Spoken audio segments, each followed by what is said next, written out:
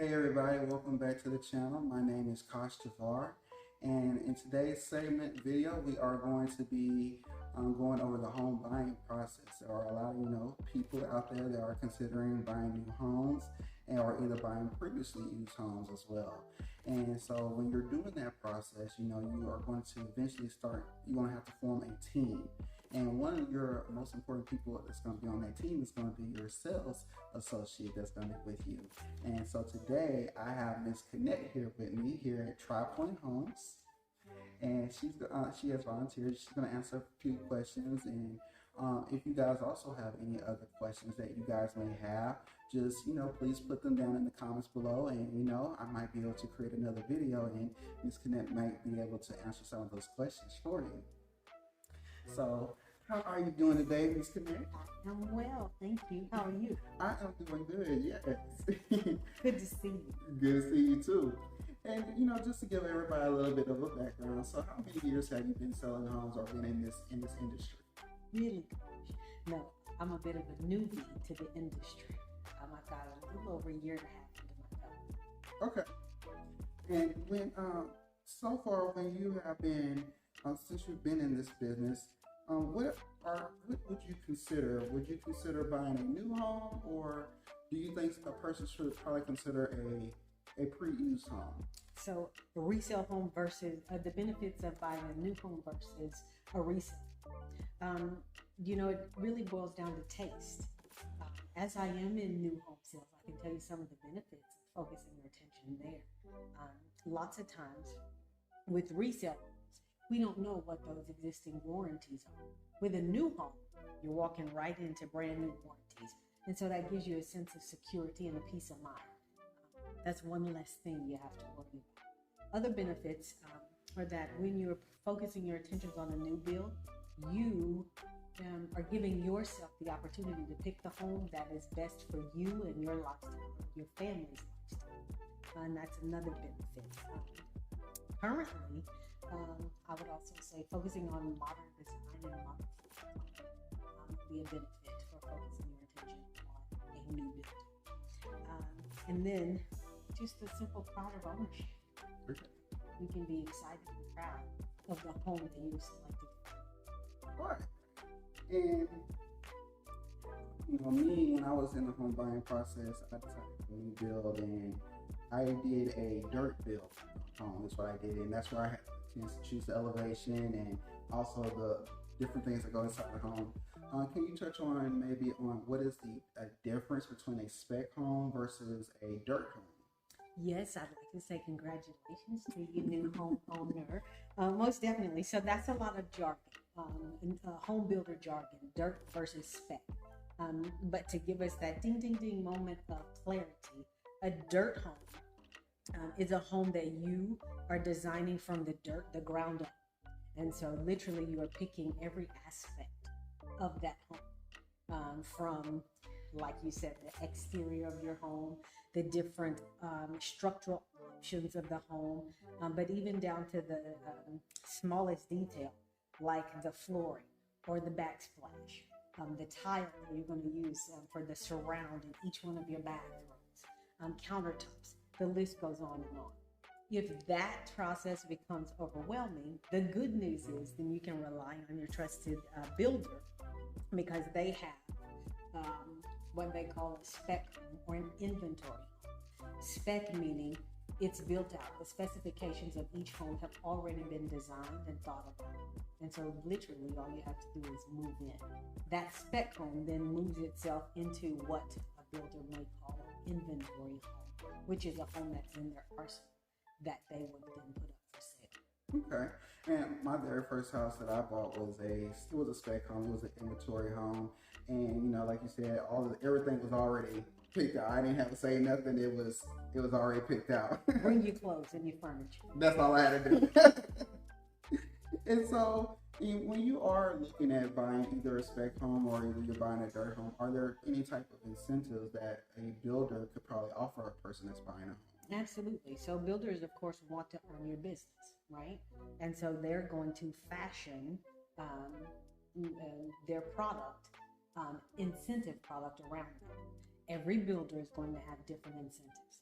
Sometimes those incentives center around a discount on the home price. Other times those incentives are centered around the fact that you can use some of the monies or the credits towards design studio options and things of that nature, and or they will give you an incentive to use their preferred lender. Most of the time, builders are going to add a caveat in the fact that those incentives are tied to using their preferred lender. Okay. Nothing wrong with it. Well, speaking of lenders, would you say that it's good to go with a builder's lender, or do you think that a person should continue to probably maybe shop around other lenders, just in your personal? I think it boils down to, Kosh, what you're comfortable with, right? Builders want to earn your business. And in wanting to earn your business, of course, they're going to find a reputable lending firm that they can use and that they can be an extension of them, right? And with that being said, the lender wants to earn your business. And so they're going to do what they can, right, inside the limitations that are set to earn that business. And so is it bad to go with or to consider a builder's lender? Absolutely not. Again, if incentive is something that is motivating you, then there's nothing wrong with you using or utilizing that preferred lender that the builder has designated. If you want to shop around, again, nothing wrong with that. You can use a lender, not side lender. There are sometimes incentives tied to that, depending upon what that lender is offering. So it just depends really and truly on personal preference. Okay. And, also, like you said, in your experience, and this pretty much is a lender's question, what is probably a perfect credit score range that a person should be around when trying to purchase, whether it be a new home or a pre-used home? Where should their credit score kind of be at? So, again, you are so right. The experts could better answer that question, but for the sake of conversation and just to give us a little bit of know-how and knowledge, you're looking at an individual that's thinking about or considering purchasing a home, needs to have a credit score in the high 6s to the 7s. That's going to assist with that process. Now, that's not the only thing that a lender is going to look at. Does it have a heavy weight in the decision making? Absolutely, of course. But a lender is also going to look at your income. They're going to look at your employment history, right? Some other factors they're going to look at are your debt to income ratio, right? And then they're also going to look at your savings, your assets. And so there are many factors. So don't think that, you just have to have this great credit score. If those other things don't fall in line, for instance, you've been on a job for a year, there may be some sticky spots there, right? Yeah. Because most lenders require you to have been on your job for at least 2 years. Right. And so are there things that you can do to get around that? Yes. But you want to put yourself in the best possible position, right? Yes. I would say the best thing for anybody considering purchasing a home, whether it be a new build and or a pre-owned home, is to talk with the experts. Shop around. Find you a reputable lender, somebody that you're comfortable with asking questions, and that are going to give you the answers that you desire, the answers you're looking for. And just, I guess you could say, to build up on that, when we're looking at buying a inventory home, or if we're buying a dirt bill home, let's say with TriPoint, or basically any builder, what should be the down deposit just to secure that house, to make sure that nobody else comes in and take that house? Or if you see a lot out there, like, that's the lot I want, what is that, how much should a person probably consider putting down? Yes, sir. Great question. So listen, next steps where that is concerned, and what you're, if I'm understanding your question correctly, that would be considered your earnest money deposit. Okay. That simply says that you're serious about moving forward in the process, and you want to put some skin in the game, right? Okay. Your question hinders on how much skin. So every builder is different. Right. So please do your homework. Some builders have a percentage that they ask for. Other builders are going to give a flat rate. Okay. I know in some of our communities, depending upon size of home site, that flat rate varies. Okay. One of our communities, I know that, we've got a $22,000 flat rate in order for you to move forward. One of the most important questions that I would say to everyone watching is to find out before you put those monies down if that earnest money deposit is refundable or non-refundable. Yes. If I put this money down, what are the ramifications of what that looks like? Am I going to be able to give this money back if I change my mind? Or once that money is placed on that home site, once you've paid that earnest money deposit down, am I giving that back? Is it non-refundable, refundable, or non-refundable? I know, I believe during my time when I was buying from Tri Point, it was kind of, well, not all the way refundable, but I believe, like you said, now I believe Tri Point is kind of, maybe for certain communities, is none. So across the board, I can tell you that if you go in thinking, particularly if you're looking at Tri Point as a builder, earnest money deposit is non-refundable. Every situation, every circumstance is different, but for the broad audience, it is best to know and understand that our earnest money deposits are non-refundable. Right. You're not getting the money.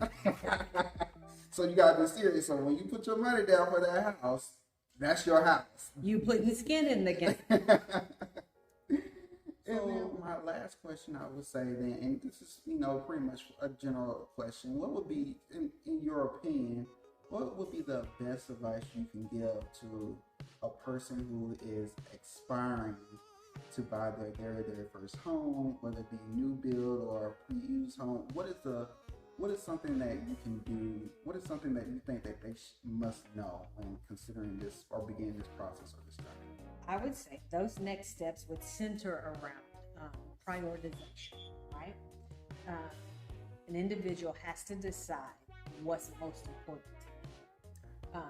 Why do I say that? Because a lot of times when we begin initial searches, we have this square footage number in mind, and the number on paper may be big, but then how the layout of the home and the flow of the home may not be as fluid, if you will. And so then that number, even though it's a big number, it feels small. And so when you prioritize how you live, how your family lives, how you're going to live and visualize how you're going to live in the house, decide, figure that out. If you're an active family, you like to entertain, those are types of questions that you have to ask yourself. Pre-COVID, a home office was not important. Right. Post-COVID, during COVID and post-COVID, a home office was a necessity because a lot of us transitioned from working at a workplace or in a workplace to working from home. Right. And we didn't have that private space that we needed to conduct our business. And so that's one of the things that I've seen. Do you need that? Right? I know a lot of families during that time opted to use a spare bedroom as an office. Right. But then they needed two offices. And so then you have to think about those things, right?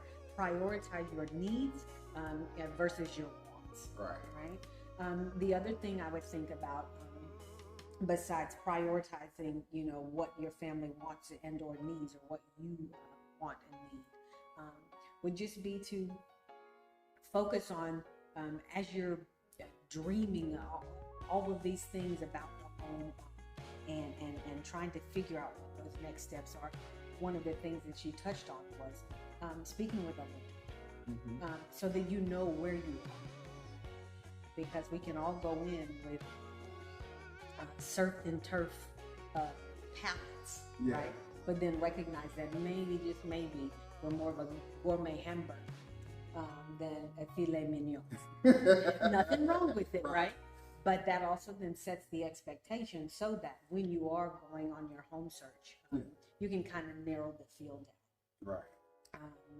Other than that, I think educating yourself on the builders that are prevalent in the area that you're looking to build. Right. Why? Because every builder is different. Yes. Every builder is going to offer something different. And in saying that, you know what is most important to you. And because of that, that will help you to kind of narrow down the search field. So prioritization, knowing what you want, and then being flexible, being able to compromise, because there is an idea of the perfect home, but there is no perfect home. You're going to have to compromise with something. Right. And you just have to figure out what you can live with, and then move forward from there. And that's what I had to do with my house. I know I have to make a lot of compromises, but I enjoy my house. I love my house. That means you made the right choices for you. Right. Well, you guys, I hope you all enjoyed today's video. And also, if you have if you are also serious in buying in the Houston area as well, and you're considering buying maybe new construction, please feel free to reach out to Ms. Kenette. Her email address, I will make sure I put that in either in the video here or I'll put it in the description box down below. But her email address is kenette.williams@spec.homes.com. So please, any serious inquiries, if you're interested in building new homes, and Ms. Kenette, she's gonna be your person to go with. I really do appreciate everybody, and I look forward to seeing you all in the next video. Have a good one.